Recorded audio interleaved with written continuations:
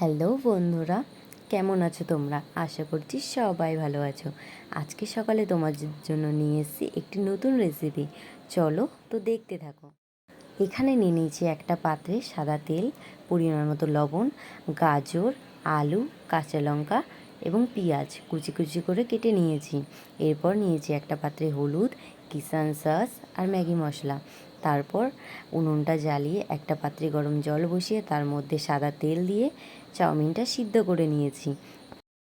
চাউমিনটা সিদ্ধ হয়ে যাওয়ার পরে একটা ঝুড়িতে জলটা ঝরানোর জন্য রেখে দিয়ে আরেকটা পাত্রে তেলটা দিয়ে আলুটা ভেজে নিয়েছি। আলু বলাটাও ভুল হবে, সব সবজিগুলোই একসাথে ভেজে নিয়েছি। তো দেখতে থাকো। এই সবজিগুলোর মধ্যে এখন হলুদ, লবণ দিয়ে ভালো করে ভেজে নেব। চলো তো দেখতে থাকো। তারপর সবজিগুলো ভাজা হয়ে গেলে ডিমটা দিয়ে আরেকটু 2 মিনিটের মতন ভেজে নেব। ভাজা হয়ে গেছে, দেখো দেখতে কতটা সুন্দর লাগছে, তাই না? চলো এবার চাউমিনগুলো দিয়ে দেওয়ার পালা। চাউমিনগুলো দিয়ে ভালো করে একটু নাড়িয়ে নেব। নাড়িয়ে নিয়ে যাওয়ার পরে একটু ম্যাগি মশলা আর কিষান সসটা দিয়ে নামিয়ে নেব।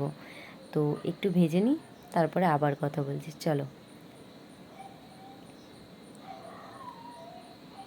তো দেখতেই পেলে এরপর আরেকটা পাত্রে কলাপাতা সাজিয়ে মাটির থালার উপরে চাউমিনগুলো ঢেলে ডেকোরেশনের জন্য যেই ইগুলো স্যালাডগুলো কেটে রেখেছিলাম সেটা দিয়ে একটু সাজিয়ে নেব। তো দেখতেই পাচ্ছ পেঁয়াজ আর শসাগুলো কেটে রেখেছিলাম আগে থেকে, এটা যদিও দেখানো হয়নি, তো এটা দিয়ে সাজিয়ে নিয়েছি। দেখো বন্ধুরা কেমন দেখতে লাগছে অবশ্যই জানাবে। তো এখন কিষান সসটা দিয়ে একটু ভালো করে একটু ডেকোরেশন করে নিচ্ছি, যদিও এটা আমি খাই না। তো কেমন হয়েছে অবশ্যই জানাবে। টাটা, ভালো থাকবে, সুস্থ থাকবে, টাটা।